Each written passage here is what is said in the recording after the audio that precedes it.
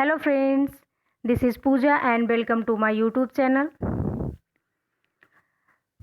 तो चलिए शुरुआत करते हैं आज हम एक नई सीरीज़ की, जिसमें हम सॉल्व करेंगे एसएसटी के क्वेश्चन पेपर को। जब हम जूनियर सीटेट लेवल की बात करते हैं, जूनियर लेवल सीटेट की, जो कि 6 से 8 तक के लिए होता है, तो उसमें स्पेशली 4 पोर्शन होते हैं। फर्स्ट पोर्शन होता है CDP यानी चाइल्ड डेवलपमेंट एंड पेडागोजी, जो कि 30 नंबर का होता है। सेकेंड पोर्शन होता है SST आर्ट बैकग्राउंड के स्टूडेंट के लिए, और साइंस स्टूडेंट के लिए मैथ और साइंस होता है, जो कि 60 नंबर का होता है। थर्ड पोर्शन होता है लैंग्वेज फर्स्ट, जिसमें आप हिंदी या आप कोई अन्य लैंग्वेज ले सकते हैं, जिसे आप 22 भाषाओं में से चुन सकते हैं। फोर्थ पार्ट होता है सेकेंड लैंग्वेज, जिसमें आप इंग्लिश या संस्कृत में से कोई भी लैंग्वेज ले सकते हैं।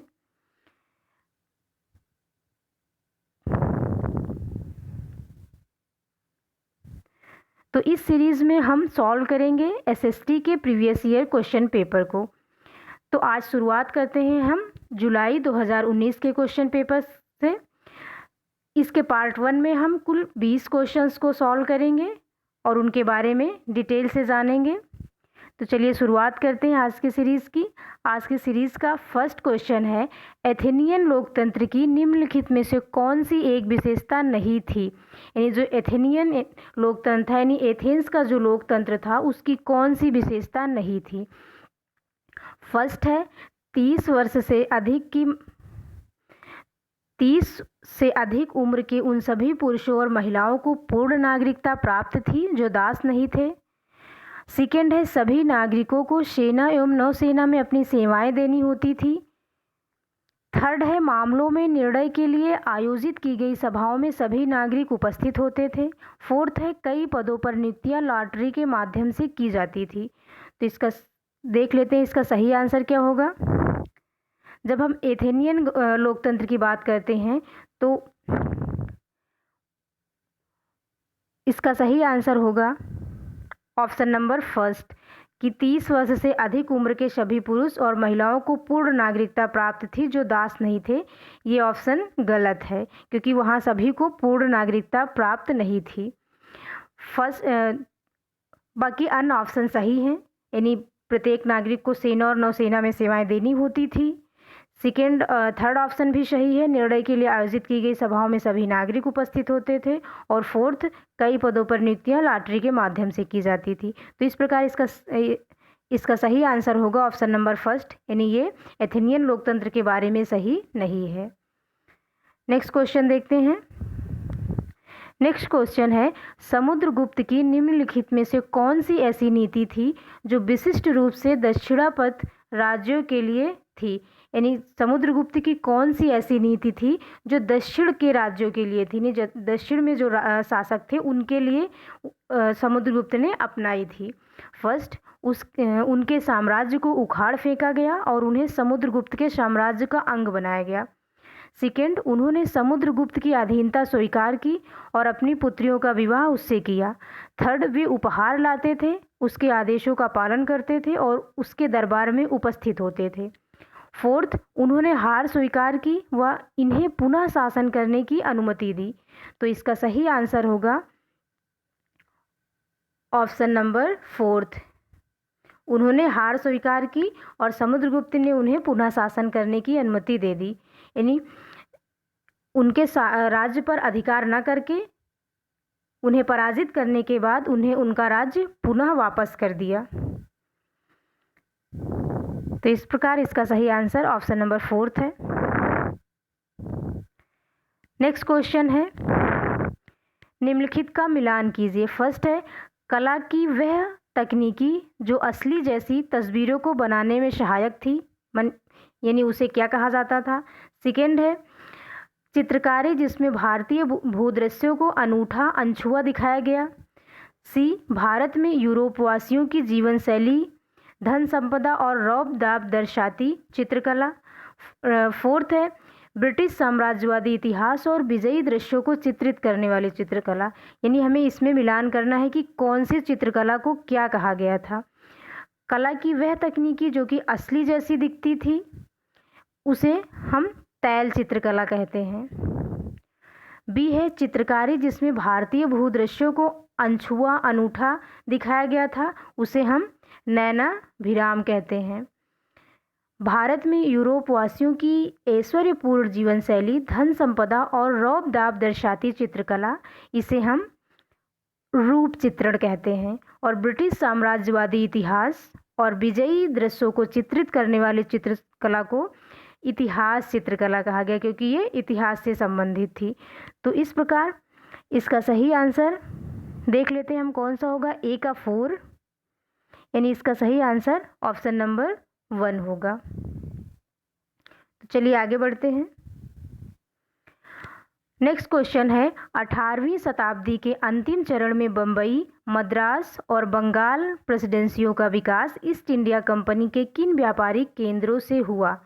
यानी 18वीं सदी के जो अंतिम चरण में बम्बई, मद्रास और बंगाल प्रेसिडेंसियां का विकास ईस्ट इंडिया कंपनी के किन व्यापारिक केंद्रों से हुआ, क्योंकि उस समय केवल 3 प्रेसिडेंसी थी, मुंबई प्रेसिडेंसी, मद्रास प्रेसिडेंसी और बंगाल प्रेसिडेंसी।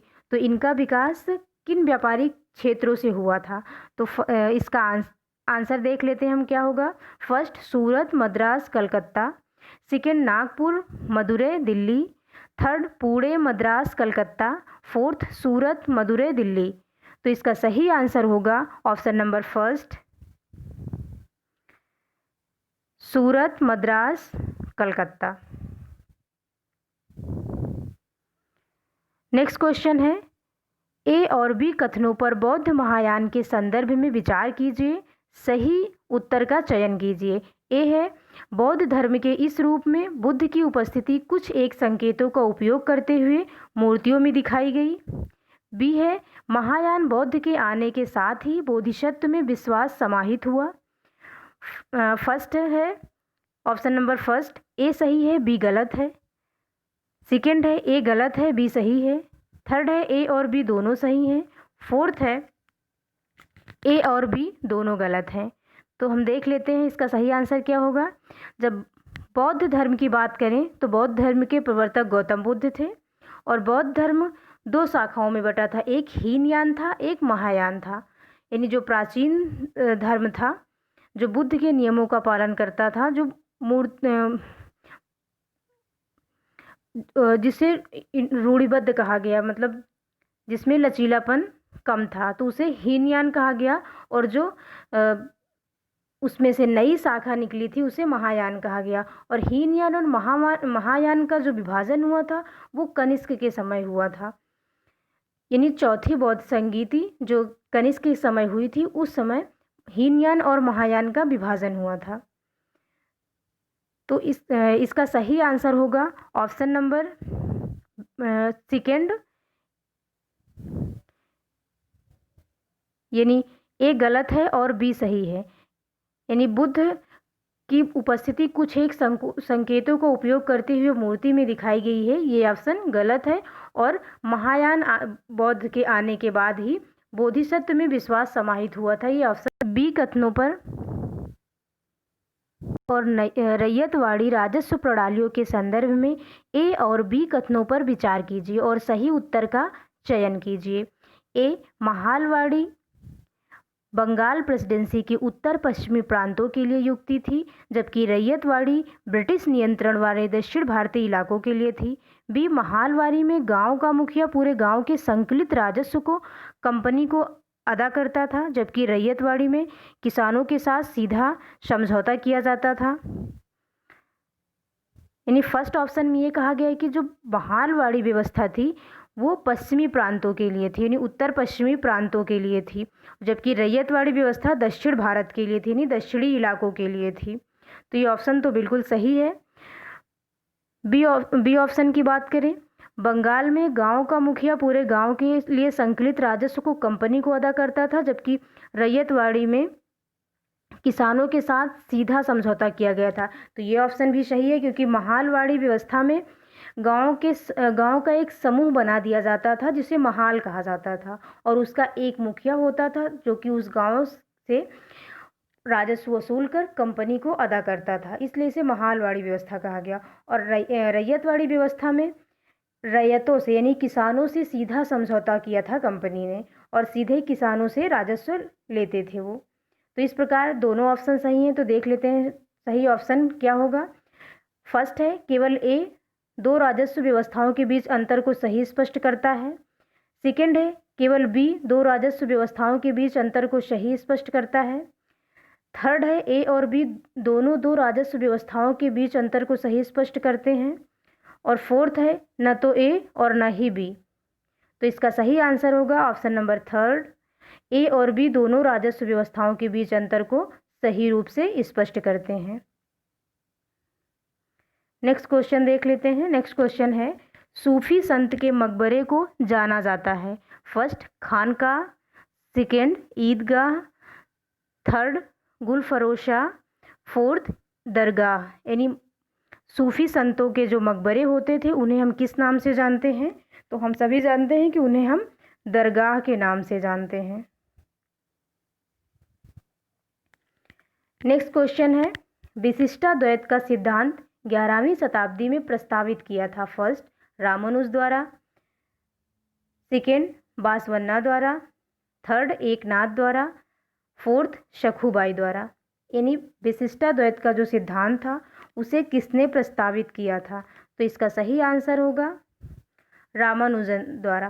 यानी विशिष्टाद्वैत के सिद्धांत को रामानुज ने प्रस्तावित किया था। नेक्स्ट क्वेश्चन देख लेते हैं। भारत में 1772 में स्थापित की गई दीवानी अदालत के संबंध में ए और बी कथनों पर विचार कीजिए और सही उत्तर का चयन कीजिए। ए है यह एक फौजदारी अदालत थी। बी यह यूरोपीय जिलाधीशों की अध्यक्षता में चलता था। यानी ऑप्शन ए कहता है कि एक फौजदारी अदालत थी और ऑप्शन बी है यह यूरोपीय जिलाधीशों की अध्यक्षता में चलता था। तो इसका सही ऑप्शन देख लेते हैं। ऑप्शन ए है, ए सही है, बी गलत है। ऑप्शन सेकेंड है, ए गलत है, बी सही है। ऑप्शन थर्ड है, ए और बी दोनों सही हैं। ऑप्शन फोर्थ है, ए और बी दोनों गलत हैं। तो इसका सही आंसर होगा ऑप्शन नंबर सेकेंड, ए गलत है और बी सही है। यानी एक फौजदारी अदालत नहीं थी। और ऑप्शन बी सही है कि इसका संचालन यूरोपीय जिलाधीशों की अध्यक्षता में होता था। आगे बढ़ते हैं। नेक्स्ट क्वेश्चन है गैरीसन नगर से क्या अभिप्राय है? यानी जो गैरीसन नगर होते थे वो क्या होते थे? गैरीसन नगर से क्या तात्पर्य? फर्स्ट नगर से लगी हुई भूमि जो इसे माल की आपूर्ति करती है। सेकेंड है किलेबंद बसाव जहां सैनिक रहते हैं। थर्ड है वह स्थान जहां विभिन्न उत्पादन केंद्रों के माल को बेचा जाता है। फोर्थ एक महत्वपूर्ण व्यापारिक पत्तन नगर। तो जब हम गैरीसन की बात करते हैं तो ये एक किलेबंद बसाव होता है जहां पर सैनिक रहते हैं, यानी एक सैनिक छावनी होती है ये। तो इसका सही आंसर होगा ऑप्शन नंबर 2, किलेबंद बसाव जहां सैनिक रहते हैं। नेक्स्ट क्वेश्चन है अभिकथन ए जब लंदन में अपराह्न के 2 बजे हैं तो भारत में 7:30 अपराह्न का समय होगा। कारण आर है। आर भारत ग्रीनविच के पूर्व में 82:30 पूर्व में स्थित है। दिए गए विकल्पों में से सही विकल्प का चयन कीजिए। ऑप्शन 1 ए सही है परंतु आर गलत है। ऑप्शन 2 ए गलत है किंतु आर सही है। ऑप्शन 3 ए और आर दोनों सही हैं और आर सही व्याख्या है ए की। ऑप्शन 4 है ए और आर दोनों सही हैं परंतु आर सही व्याख्या नहीं है ए की। तो जब हम बात करते हैं भारत की मानक समय रेखा की तो वो 82.5 पूर्वी देशांतर रेखा है जो कि इलाहाबाद के पास से गुजरती है। इलाहाबाद के नैनी के पास से गुजरती है ये। और जब हम लंदन के जो 0 अंश देशांतर रेखा जो है वो लंदन के ग्रीनविच में स्थित है। इसलिए जब लंदन में 2 बजते हैं तो भारत में 7:30 अपराह्न का समय हुआ होता है, क्योंकि भारत का समय लंदन के समय से 5.5 घंटे आगे है। तो इसका इस प्रकार ऑप्शन ए भी सही है और ऑप्शन बी भी सही है। तो इसका सही आंसर होगा ऑप्शन नंबर 3। ए और आर दोनों सही हैं और आर ए की सही व्याख्या है। नेक्स्ट क्वेश्चन देखते हैं। समय क्षेत्र पर दिए गए ए, बी और सी कथनों पर विचार कीजिए। सही उत्तर का चयन कीजिए। ए, कुछ देशों का देशांतरीय विस्तार अधिक होता है, जिसके कारण वहाँ एक से अधिक मानक समय अपनाए गए हैं। बी, पृथ्वी को एक घंटे वाले 24 समय क्षेत्रों में बांटा गया है। सी, प्रत्येक समय क्षेत्र 15 अंश देशांतर तक के क्षेत्र को घेरता है। ऑप्शन 1 ए और बी सही है और सी गलत है। ऑप्शन 2 ए और सी सही है और बी गलत है। ऑप्शन 3 बी और सी सही है और ए गलत है। ऑप्शन 4 ए बी सी सभी सही हैं। तो जब हम ऑप्शन ए को देखते हैं कि कुछ देशों का देशांतरीय विस्तार अधिक होता है, जिसके कारण वहाँ एक से अधिक मानक समय अपनाए गए हैं, तो ये ऑप्शन बिल्कुल सही है, क्योंकि कुछ देशों में का विस्तार अधिक होने के कारण वहाँ एक से अधिक समय क्षेत्र हैं, यानी टाइम जोन वहाँ एक से अधिक हैं। जैसे अमेरिका, रूस, कनाडा आदि में जो समय मानक समय है वो एक से अधिक जोनों में डिवाइड है ये। बी, पृथ्वी को घंटे वाले 24 समय क्षेत्रों में बांटा गया है, तो पृथ्वी को एक घंटे वाले 24 समय क्षेत्रों में बांटा गया है, ये ऑप्शन भी सही है। ऑप्शन 3 है सी है, प्रत्येक समय क्षेत्र 15 अंश देशांतर तक के स्थान को घेरता है, तो ये भी सही है। तो इस प्रकार इसका सही आंसर होगा option number 4 A B C सभी सही हैं। नेक्स्ट क्वेश्चन देख लेते हैं। नेक्स्ट क्वेश्चन है, पृथ्वी की सतह से शुरू कर वायुमंडल की परतों के सही क्रम का चयन कीजिए। यानी पृथ्वी की सतह से शुरू करके वायुमंडल की सबसे ऊपरी परत तक को सही क्रम में व्यवस्थित करना है। फर्स्ट है समताप मंडल, मध्य मंडल, बाह्य मंडल, बहिर्मंडल, क्षोभ मंडल। सेकेंड, क्षोभ मंडल, समताप मंडल, मध्य मंडल, बाह्य वायुमंडल, बहिर्मंडल। 3 है, थर्ड वाला ऑप्शन है बहिर्मंडल, समताप मंडल, मध्य मंडल, क्षोभ मंडल, बाह्य वायुमंडल। 4th है मध्य मंडल, क्षोभ मंडल, बाह्य मंडल, समताप मंडल, बाह्य वायुमंडल। तो चलिए देख लेते हैं इसका सही आंसर क्या होगा। तो जब हम बात करते हैं पृथ्वी की सतह की यानी वायुमंडल की सबसे निचली परत की, तो वायुमंडल की सबसे निचली परत होती है क्षोभ मंडल, जिसे ट्रोपोस्फेयर भी बोलते हैं। उसके बाद वाली परत समताप मंडल होती है, जिसे स्ट्रेटोस्फेयर भी बोलते हैं। समताप मंडल के बाद मध्य मंडल होता है, यानी मीजोस्फेयर। मध्य मंडल के बाद बाह्य मंडल होता है, यानी थर्मोस्फेयर। और बाह्य मंडल के बाद बहिर्मंडल होता है, यानी एक्सोस्फेयर होता है। तो इस प्रकार इसका सही आंसर होगा ऑप्शन नंबर 2 क्षोभ मंडल, समताप मंडल, मध्य मंडल, बाह्य मंडल और बहिर्मंडल। नेक्स्ट क्वेश्चन है, ऋतुएं निम्नलिखित में से किस कारण से होती हैं? यानी मौसम किस कारण से बदलते हैं? जो गर्मी आती है, गर्मी के बाद बारिश, बारिश के बाद फिर सर्दी आती है, तो ये किस कारण से होता है? यानी मौसम यानी ऋतुएं किस कारण से बदलती रहती हैं, एक ही ऋतु क्यों नहीं रहती है? तो इसका कारण देख लेते हैं। फर्स्ट ऑप्शन है पृथ्वी का अक्ष अपने कक्षीय सतह से 66.5 अंश का कोण बनाता है। सेकेंड है मकर रेखा पर सूर्य की सीधी किरणें 23.5 अंश दक्षिण पर पड़ती हैं। थर्ड है पृथ्वी का परिक्रमण और एक ही दिशा में उसके अक्ष पर झुका होना। फोर्थ है पृथ्वी के अपने अक्ष पर इर्द गिर्द घूर्णन के कारण आभामंडल बनता है। तो इसका सही आंसर, जैसा कि हम सभी लोग जानते हैं कि इसका सही आंसर है पृथ्वी का परिक्रमण और एक ही दिशा में उसका झुका होना, यानी मौसम बदलते हैं पृथ्वी के परिक्रमण से। यानी पृथ्वी अपने अक्ष पर सूर्य का जो एक चक्कर पूरा करती है, यानी सूर्य का जो चक्कर लगाती है उसके कारण इसमें ऋतुओं का परिवर्तन होता है, क्योंकि पृथ्वी सूर्य की एक परिक्रमा जो है 365 दिन में पूरी करती है, इसलिए 365 दिन का एक साल होता है।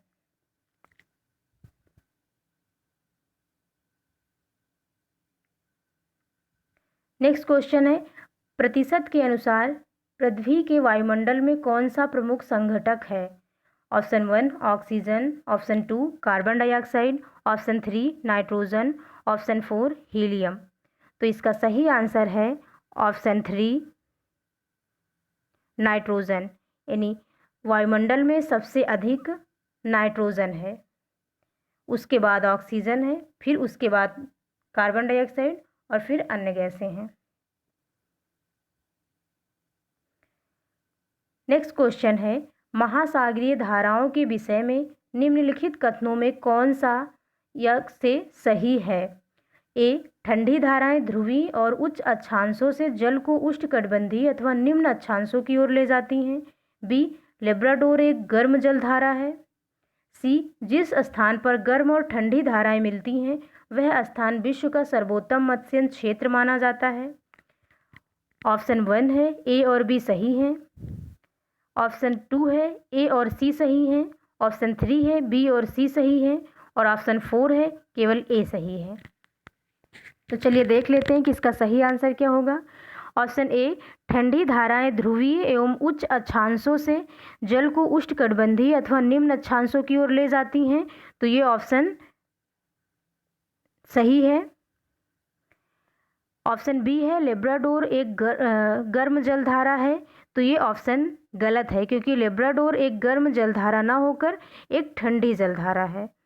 ऑप्शन सी, जिस स्थान पर गर्म और ठंडी धाराएं मिलती हैं वह स्थान विश्व का सर्वोत्तम मत्स्य क्षेत्र होता है, ये ऑप्शन सही है, क्योंकि जिस स्थान पर गर्म और ठंडी जलधाराएं मिलती हैं वहाँ पे एक प्लैंकटन नाम की घास उगती है जो कि मछलियों का मुख्य आहार होती है, इसलिए वो क्षेत्र मत्स्य पालन के लिए सर्वश्रेष्ठ माना जाता है। तो इस प्रकार सही आंसर होगा ऑप्शन नंबर 2, ए और सी सही है। नेक्स्ट क्वेश्चन है, हिमनद के निक्षेप को कहा जाता है? फर्स्ट, समुद्री गुफा, सेकेंड हिमोड़, थर्ड लोयस, फोर्थ तटबंध। हिमनद के निक्षेपण को हम हिमोड़ कहते हैं। ऑप्शन नंबर सेकेंड सही ऑप्शन है। नेक्स्ट क्वेश्चन देख लेते हैं, ए और बी निम्नलिखित वनस्पतियों में से किसकी विशेषताओं का वर्णन करते हैं? ऑप्शन ए वनस्पति, यह वनस्पति उत्तरी गोलार्ध के उच्च अक्षांशों में पाई जाती है। बी, इसे टैगा के नाम से भी जाना जाता है। ऑप्शन देख लेते हैं, फर्स्ट ऑप्शन है शीतोष्ण घास स्थल, सेकेंड है शीतोष्ण पर्णपाती वन, थर्ड है शंकुधारी वन, फोर्थ है भूमध्य सागरीय वनस्पति। तो इसका सही आंसर है शंकुधारी वन, यानी वह वन जो उत्तरी गोलार्ध में उच्च अक्षांशों में पाए जाते हैं और जिन्हें टैगा के नाम से जाना जाता है उन्हें हम शंकुधारी वन भी कहते हैं। नेक्स्ट क्वेश्चन है, निम्नलिखित में से कौन सी गंगा ब्रह्मपुत्र बेसिन की विशेषता नहीं है? यानी जो 4 विशेषताएं दी गई हैं इनमें से कौन सी गंगा ब्रह्मपुत्र बेसिन की विशेषता नहीं है? फर्स्ट है मैदानी क्षेत्र में ओक्स बो लेक यानी चाप झील चिन्हित है। सेकेंड है मैदानी क्षेत्र में जनसंख्या घनत्व अति अधिक है। थर्ड है डेल्टा क्षेत्र मैंग्रोव वनों से आच्छादित हैं। फोर्थ है भूमि कृषि के लिए इस क्षेत्र में कर्तन और दहन कृषि की जाती है। चलिए देख लेते हैं ऑप्शन। फर्स्ट है ओक्स बो लेक, यानी ओक्स बो लेक जो होते हैं चाप झील, ये गंगा ब्रह्मपुत्र बेसिन में मिलते हैं, तो ये ऑप्शन गलत हो जाता है।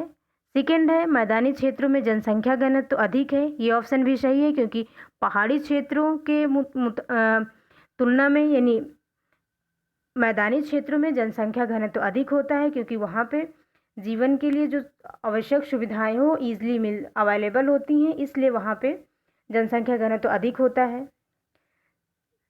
थर्ड है डेल्टा क्षेत्र मैंग्रोव वनों से आच्छादित है, तो ये ऑप्शन भी सही है, इसलिए ये ऑप्शन भी गलत हो जाता है। यानी डेल्टा क्षेत्रों में मैंग्रोव वन पाए जाते हैं जिन्हें दलदली वन भी कहते हैं, यानी इनकी जड़ें पानी में डूबी हुई होती हैं। फोर्थ ऑप्शन है भूमि कृषि के लिए इस क्षेत्र में कर्तन और दहन कृषि की जाती है, तो कर्तन और दहन कृषि को हम झूम कृषि भी कहते हैं और ये कृषि नॉर्थ ईस्ट में स्टेट में की जाती है, यानी उत्तर पूर्वी राज्यों में की जाती है। तो इस प्रकार इसका सही आंसर हो जाएगा ऑप्शन नंबर फोर्थ, भूमि कृषि के लिए इस क्षेत्र में कर्तन और दहन कृषि की जाती है। नेक्स्ट क्वेश्चन है तैराक मृत सागर में तैर सकते हैं क्योंकि फर्स्ट पौने सागर जल की सतह पर तीव्र गति से चलती हैं, सेकेंड इस सागर में ठंडी धाराओं की अपेक्षा गर्म धाराओं की उत्पत्ति अधिक है, थर्ड है यह सागर निम्न ज्वार भाटों की अपेक्षा उच्च ज्वार भाटों को अधिक अनुभव करता है, फोर्थ है नमक की मात्रा की अधिकता सागर को सघन बनाती है। तो मृत सागर में जैसा कि हमने पढ़ा भी है कि मृत सागर में नमक की मात्रा बहुत अधिक होती है, इसमें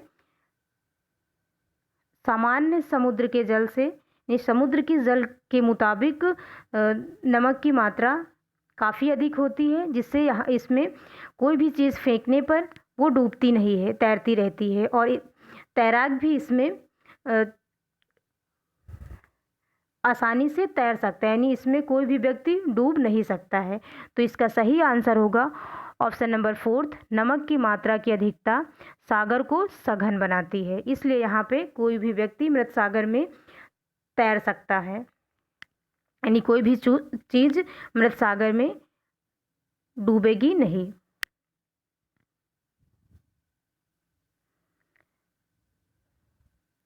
थैंक्स फॉर वॉचिंग गाइस, आज के सेशन में बस इतना ही।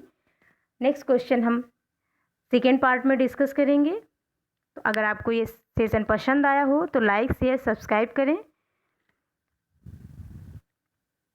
Thank you, keep watching, keep supporting.